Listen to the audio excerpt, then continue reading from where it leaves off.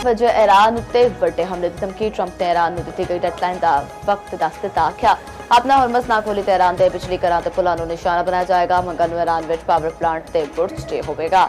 America ਸਦਰ ਦੀ ਗਾਲਾਂ ਉੱਤੇ ਤਸ਼ਵੀਸ਼ ਸੋਸ਼ਲ ਮੀਡੀਆ ਉੱਤੇ ਇੰਤਹਾਈ ਬਹੁਤ ਜ਼ਬਾਨ ਇਸਤੇਮਾਲ। ईरान ਨੇ ਕਿਆਦਤ ਨੂੰ ਪਾਗਲ ਕਰਾਰ ਦੇ ਦਿੱਤਾ। ਮੁਆਵਜ਼ਾ ਨਾ ਹੋਣ ਉੱਤੇ ईरानी ਤੇਲ ਉੱਤੇ ਕਬਜ਼ੇ ਦੀ ਵੀ ਧਮਕੀ।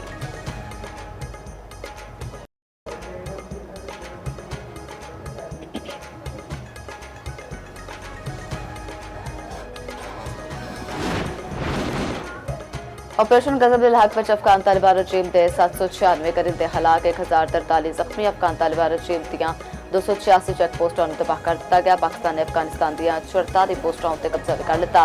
वज़ीर इत्तलात ततारत ने ऑपरेशन गजब हक की ताज़ा तफसीलात शेयर कर दित्तियां।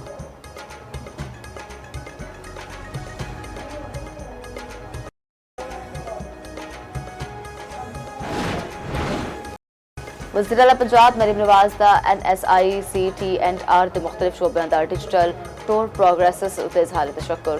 Institute of Cancer Treatment Research की निगरानी। मरीम नवाज ने कैंसर अस्पताल के मुख्तलिफ शोबों का जायजा लिता।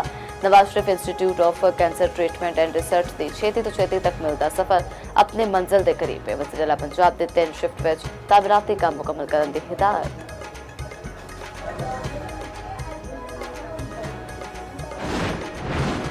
ट्रंप ਦੀਆਂ ਧਮਕੀਆਂ ਤੋਂ ਬਾਅਦ ਤੇਲ ਦੀਆਂ ਕੀਮਤਾਂ ਨੂੰ ਅੱਗ ਲੱਗ ਗਈ। ਆਲਮੀ ਮੰਡੀ ਦੇ ਵਿੱਚ ਖਾਮ ਤੇਲ ਦੀਆਂ ਕੀਮਤਾਂ ਦੇ ਵਿੱਚ ਇਜ਼ਾਫਾ। ਬ੍ਰੈਂਟ ਖਾਮ ਤੇਲ ਦੀ ਕੀਮਤ ਵਿੱਚ 2.2% ਇਜ਼ਾਫਾ।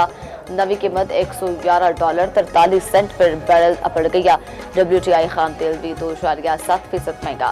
फी बैरल कीमत $114.57। यूरोप में डीजल 2022 के बाद $200 फी बैरल तो तजावुज़ कर गया।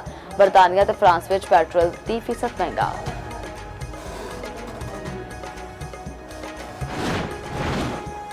ਤੇ ਲਾਹੌਰ ਦੇ ਵਿੱਚ PSL ਦੇ ਪਹਿਲੇ ਮਰਹਲੇ ਦਾ ਜੋ ਆਖਰੀ ਮੈਚ ਮੁਲਤਾਨ ਸੁਲਤਾਨ ਤੇ ਪਿੰਡਿਸ ਦੇ ਵਿੱਚ ਜੋੜ ਪਵੇਗਾ। ਅਗਲਾ ਮਰਹਲਾ 8 ਅਪ੍ਰੈਲ ਤੋਂ ਕਰਾਚੀ ਵਿੱਚ ਸ਼ੁਰੂ ਹੋਵੇਗਾ।